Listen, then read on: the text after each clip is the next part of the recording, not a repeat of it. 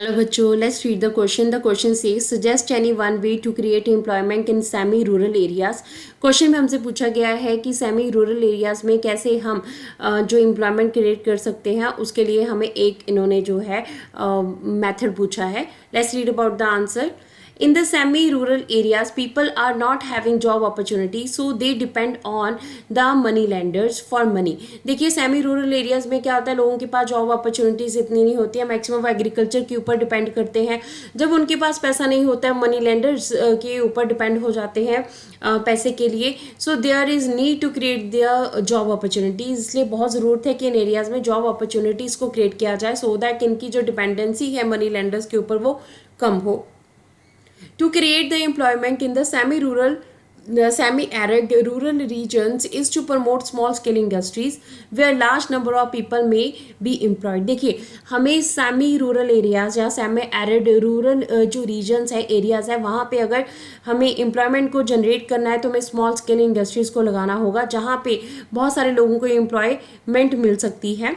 For example की अगर हम बात करें, suppose if many farmers decide to grow arhar and the chickpea.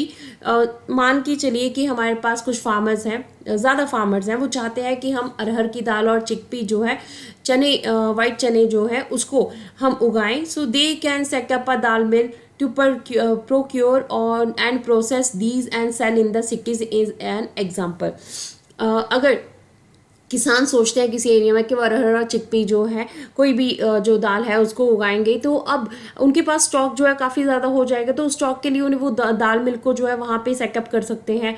अब उस दाल मिल में प्रॉपरली जो है प्रोसेसिंग करके जो दाल है उसको आगे सिटीज़ में बेच सकते हैं. तो एक एग्जाम्पल हमारे पास ये है. Opening a cold storage can give opportunity for the farmers to store their products like potatoes and onions and sell them when the price is good. अब cold storage जो है वो इन सेमी एरिड रीजन्स में या semi rural regions में open किया जा सकता है, जहाँ पर पोटैटोज़ और अनियंस को सेव रखा जा सकता है और जिन्हें जब उनका प्राइस अच्छा हो तो वो तब उनको जो है सेल किया जा सकता है. तो ये भी एक अच्छी अपॉर्चुनिटी है हमारे पास एम्प्लॉयमेंट की.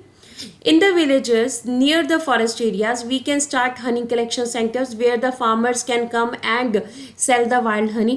अब देखिए विलेजेस में क्या हो सकता है, फॉरेस्ट एरिया के नज़दीक जो गांव है वहाँ पर हनी कलेक्शन सेंटर जो है शहद के प्लांट लगाए जा सकते हैं और यहाँ पे फार्मर्स जो आ सकते हैं और क्या कर सकते हैं, यहाँ से हनी कलेक्शन करके जो शहद है उसको सेव भी कर सकते हैं और उसको आगे बेच भी सकते हैं. Industries that process the vegetable and agriculture produce like potato, rice, wheat, tomato, fruits which can be sold in outside market से इंडस्ट्री सेटअप की जा सकती है जहाँ पे वेजिटेबल और एग्रीकल्चर प्रोड्यूस जैसे कि पोटैटो हो गया, राइस चावल हो गए, वीट गेहूँ हो गया, टोमेटो फ्रूट्स हो गए, इनको आगे की मार्केट्स में बेचा जा सकता है. So this will provide employment in the industries located in the semi rural area. So हमारे पास गाँव के एरिया में कुछ ऐसे अगर हम प्लांट्स लगाएं जहाँ पे हम लोगों को ज़्यादा से ज़्यादा एम्प्लॉयमेंट जो है जनरेट करवा सके तो उससे उनका फ़ायदा हो सकता है. So this is the answer of the question. Hope so you understood the question as well as the answer. Thank you.